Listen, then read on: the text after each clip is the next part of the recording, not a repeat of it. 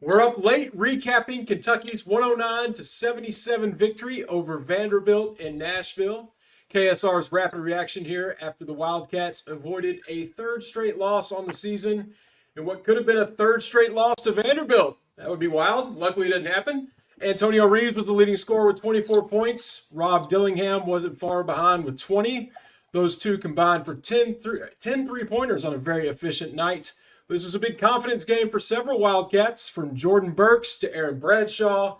Even Big Z got in on the fun when he wasn't in foul trouble. Overall, just a great night for Big Blue Nation as Kentucky got back on the right track with 109 points. Jack Pilgrim, the offense returned to some historic fun. Defense looked a little bit better too. Can we finally say the Cats are back, or is this Vandy's just that bad? Yeah, obviously we're not going to be making any hyperbolic national championship. Everything's back. Defense is healed. Let's hang banner number 9. Like, we're not there yet, obviously, but we just needed steps in the right direction. We just needed to have something to hang on to. And as you talked about, a confidence boost. When you found out that we were missing DJ Wagner and Trey Mitchell, it got pretty easy to go, ooh, that doesn't sound very good. We were 0-3 without DJ Wagner up to this point. Had needed some leadership from somewhere. You weren't getting it from Trey Mitchell. His back is injured. And so for everybody else to kind of rally around that, Justin Edwards having his breakthrough moment, getting the windmill in transition, getting the steals, showing that effort on defense. It was just so cool to see these guys. Jordan Burks, coming in not only for a career high, but to go for double figures, 13 points, 6 of 6 shooting, 5 rebounds. He played his butt off. That's what we wanted to see. This was not going to be a make or break game. No matter how the win unfolded, you just needed to see steps forward, and that's exactly what the Cats showed. You all might be noticing we have a fourth panelist tonight, Miss Tyler Thompson, joining us. And as you can see behind her, she was at the game. It's a home game for Tyler. She lives in Nashville. So Jack and Zach and I got to stay home and watch this one from TV. But Tyler, it looked like a home game for Kentucky, too. I didn't see much Vandy in the crowd, and we got the usual Go Big Blues through the television. Just tell us a little bit about what it was like in there. Yeah, I hope it sounded like a home game for Kentucky, because it certainly sounded like it here.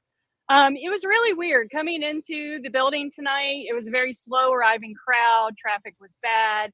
Obviously, Vandy fans don't care. This is the fewest Vandy fans I've seen at this game since I've been coming to it, it's been over a decade now.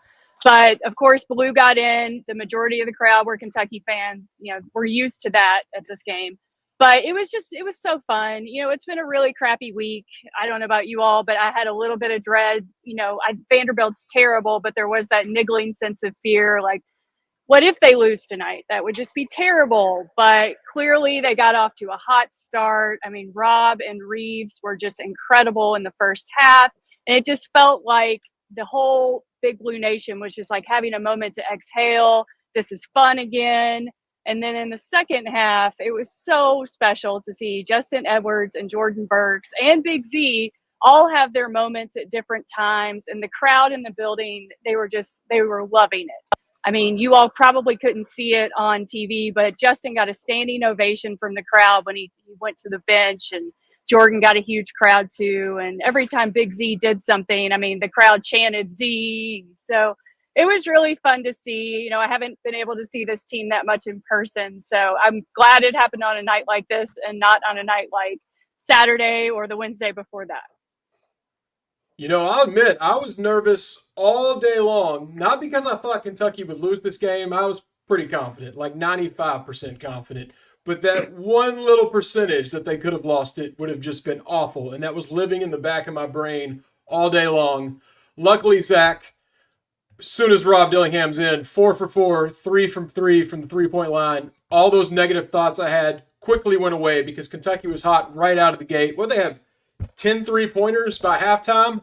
What are we going to do about Rob Dillingham? I don't know the long-term on DJ. I'm sure we'll get to what Cal said there. I haven't heard it yet. But my goodness, I'm at the point where I want him to take 30 shots a game. I know that's outrageous, but based on what he's done recently, who's to say he should?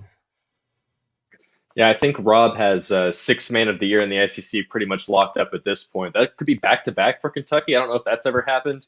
But in the great words of Draymond Green, you just got to let Dillingham rock, and that's what he did tonight. He's just the hot shooting is just carried over from last week. AP National Player of the Week, even though in those 2 losses, but it doesn't matter who's on the other side of the court for Rob. He's still going to go out there and light everybody up. Great game from him. Antonio Reeves was red hot too. You just have 2 guys that just do not miss right now on offense, and that just overall, I thought that was about as perfect of a basketball game on offense as Kentucky can play. I'm not even going to get into defense or any other things like that because I just want to focus on all the positives right now. Like we were talking about with Justin Edwards, that windmill dunk, I probably did the exact same motion in my living room while he was doing the windmill dunk. And I wanted him to do that too. I wasn't like, don't go up there and just lay it in. Go in there and announce yourself. Be like, all right, I'm here. I'm having my breakout performance. Now we want to see it carry over and maybe against Gonzaga and whatnot, but that was just a fun night all around for Kentucky. Feel good vibes. You need a game like that every now and then. And who better than to do it against them, just the worst Vanderbilt team that I've seen in years. Poor Jerry Stackhouse was just getting mad at himself, crumbling up papers in post game. They shot 18 more free throws than Kentucky, and I believe he was complaining about the referees in the post game. So he was just frustrated all night long. But how could you not be? Because Kentucky just did not miss. I think they shot 60% in the first half, as Drew said, 10 or 11 threes in the first half too. It was just a lot of fun overall. The Big Z experience overall is just you get all the highs and lows in 2 possessions with Big Z, and it's just a lot of fun to watch. So only positive vibes over here in the Zach Yagan household tonight. You said Jerry Stackhouse wadded up his box score. What about this pristine box score right I can't here? believe you have a printer. I mean, look at this thing. I still can't. Look at this thing. And I want to read the Big Z box score because it truly is unbelievable. The 11 points, 5 of 7 from the field, 7 rebounds, 2 assists. He had the block, but then the 5 fouls, Jack. I mean, my man was cooking, but he cannot stay on the court because he cannot stop fouling. What is the real version of Big Z? Is it the first half Georgia, however many minutes played tonight against Vandy, or is it going to be just fouling and pushed around defensively and on the glass? He's a meme. He's a living, breathing meme. And I've said it on this platform before. He's a 7'2" Rob Dillingham, except kind of like the OTE Rob Dillingham, where he would do things where you're like, oh my gosh, my mind is blown. And then like 10 other things where you're like, ooh, yeah, let's never do that. Let's put that back in your bag. Don't pull that out anymore. Let's keep it in your bag. But man, I love Z. Again, he has been through so much, has been hurt every other week, new sickness, food poisoning, I don't know what he's eating. For whatever it is, get his diet right because he continues to get sick.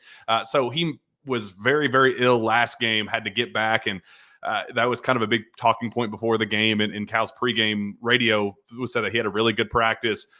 We were kind of feeling confident about it. There was a second we kind of thought he was going to start. Didn't really matter. He came in and made an immediate impact. I know wish we could have seen more than 12 minutes out of him, but unfortunately 5 fouls are 5 fouls. And he got his money's worth, baby. Like that was the full Big Z experience from start to finish. I want Big Z all the time, even if it's reckless. I don't know if it's good for us, but I want more of it. Tyler, I don't think any of us have heard from John Calipari yet, but you were there. Any news? You want to just give us a rundown of the press conference there at the scene before we all watch it on YouTube here in a second?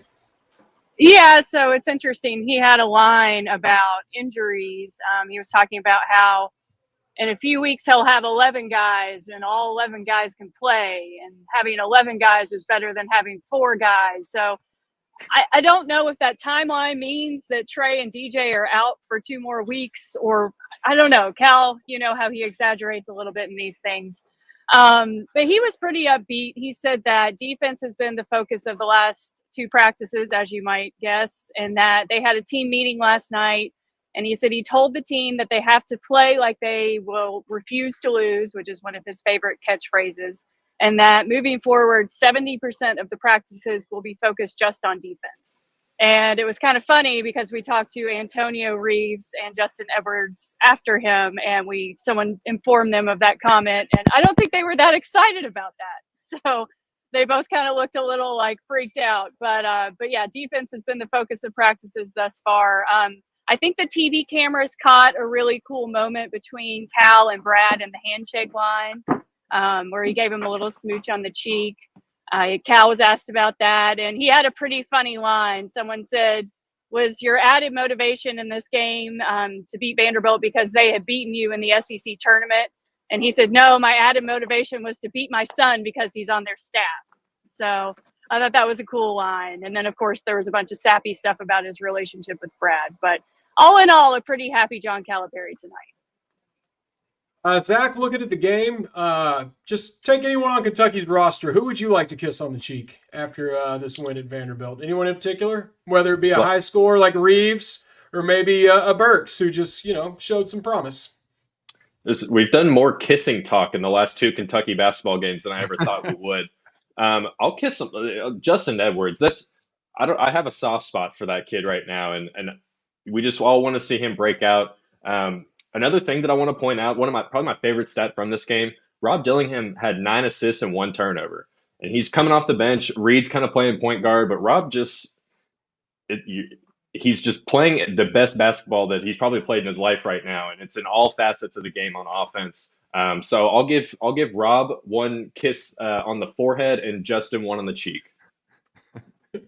All right, I guess we'll just make this a segment. I'll go next. Oh. I want to kiss that lob from Big Z to Bradshaw. That was lovely. Ooh. This is weird. Jack, we'll just call it one of your favorite moments of the game. We don't have to continue that theme, but anything else you want to add to this conversation? It's a little weird.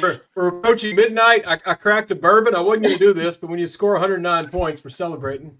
Anything you would like to celebrate? I'm not going to do Aaron Bradshaw because he already has the kisses locked up for the team. So I would definitely pick Jordan Burks, man. That dude has he has carved out a role on this roster that I'll be totally honest, I didn't think that he had that in him. So for him to go out and make that statement with, he really didn't have any reason to, it's not something that we expected him to, and he still went out there and made the most of it. But I know there's a lot of complaints about the defense and the 77 points, but I want fans to understand that it's not about the total point number, it's points per possession, because when you have 73 offensive possessions for Kentucky, it's going to lead to a back and forth track meet. That's kind of what happens when you have a team playing at this pace.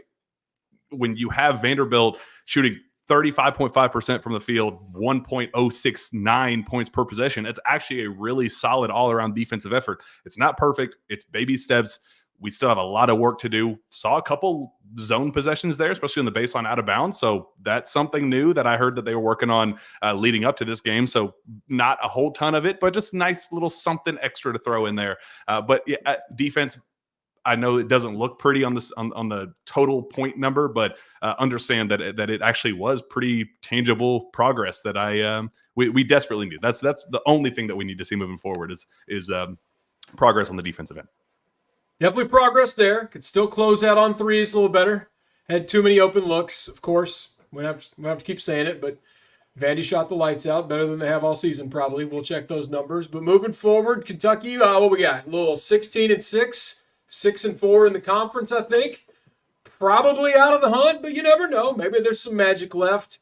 Got Gonzaga coming to town on Saturday. Tyler, how are you feeling now that they got out of a little funk? The winless week is behind them. Got the high-scoring offense back. Gonzaga, not the team we're used to seeing this season. Are you feeling good about the return to Rupp on Saturday?